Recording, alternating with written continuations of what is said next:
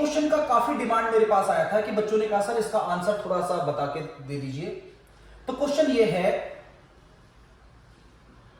An electric bulb consumes 50% of maximum power in AC circuit. Find the phase difference between applied voltage and current। तो इसको समझने के लिए बच्चों सबसे पहली चीज क्या है, यहां पर एक चीज दिया हुआ एसी ऑल्टरनेटिंग करंट, इसको समझना बहुत जरूरी है। मान लीजिए किसी सर्किट में, एसी सर्किट में मैक्सिमम वोल्टेज 12 वोल्ट का आ रहा है और मैक्सिमम करंट आ रहा है मान लीजिए 5 एम्पियर का। तो एसी में कैसे चलेगा ये? अगर मैं टाइम डिस्प्लेसमेंट ग्राफ बनाऊं तो क्या होगा, वोल्टेज कैसे जा रहा है देखिए, 1 वोल्ट 2 वोल्ट 3 वोल्ट 4 वोल्ट इस तरीके से मैक्सिमम 12 वोल्ट पे, फिर 11 वोल्ट 10 वोल्ट 9 वोल्ट, फिर 0 वोल्ट पे, फिर -1 -2, फिर -12 वोल्ट पे, फिर -11 -10 इस तरीके से फिर से 0 वोल्ट पे, और इस तरीके से घूमता रहेगा। तो वोल्टेज की वैल्यू लगातार चेंज होती जा रही है, जिसमें मैक्सिमम वोल्टेज हमारे पास V0 है जिसको हमने कहा 12 वोल्ट, और यहां पर हमारे पास मिनिमम वोल्टेज है जिसको हमने V0 मिनिमम कहा, वो है हमारे पास 12 वोल्ट नेगेटिव का, नेगेटिव 12 वोल्ट। अब इसी तरीके से अगर 5 एम्पियर का करंट इसमें जा रहा है तो करंट कैसे जाएगा, अगर इन दोनों में फेज डिफरेंस है तो करंट कहीं और से निकल रहा होगा। 1 ampere 2 ampere 3 ampere 4 ampere 5 ampere, फिर 4 3 2 फिर 0, फिर -1 -2 -3 -4 5, और इस तरीके से वो भी अलग अलग वैल्यू से जाता रहेगा। ऐसे मान लीजिए करंट जा रहा है, ये मैक्सिमम करंट की वैल्यू हो गई I0 जिसको हमने 5 एम्पियर कहा है, ये मिनिमम करंट की वैल्यू हो गई है जिसको हमने कहा है I0 नेगेटिव वाला, ये -5 एम्पियर हो गया। तो आप देख रहे हैं कि वोल्टेज भी लगातार चेंज होता जा रहा है और करंट भी लगातार चेंज होता जा रहा है।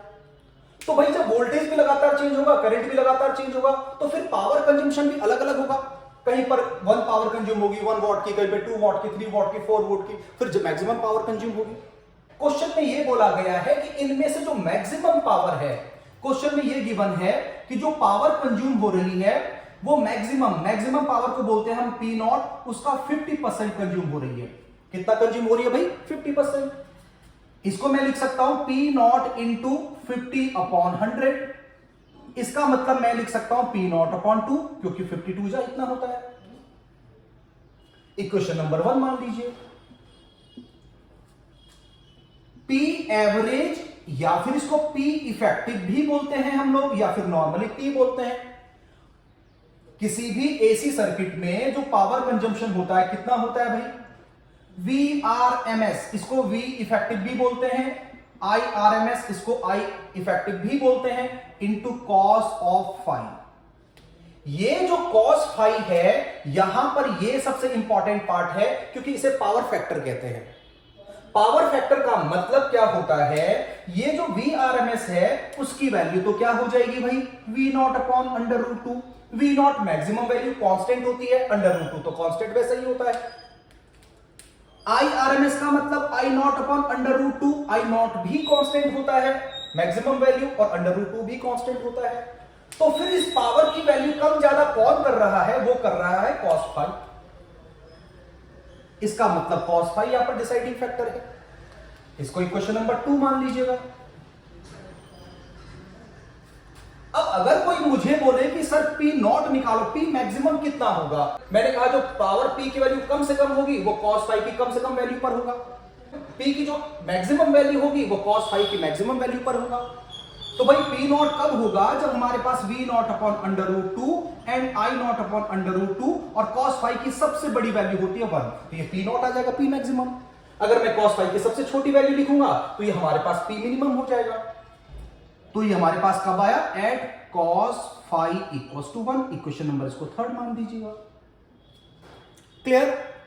भाई इक्वेशन नंबर 1 से बोला जा रहा है आपको कि P equals to P not by 2।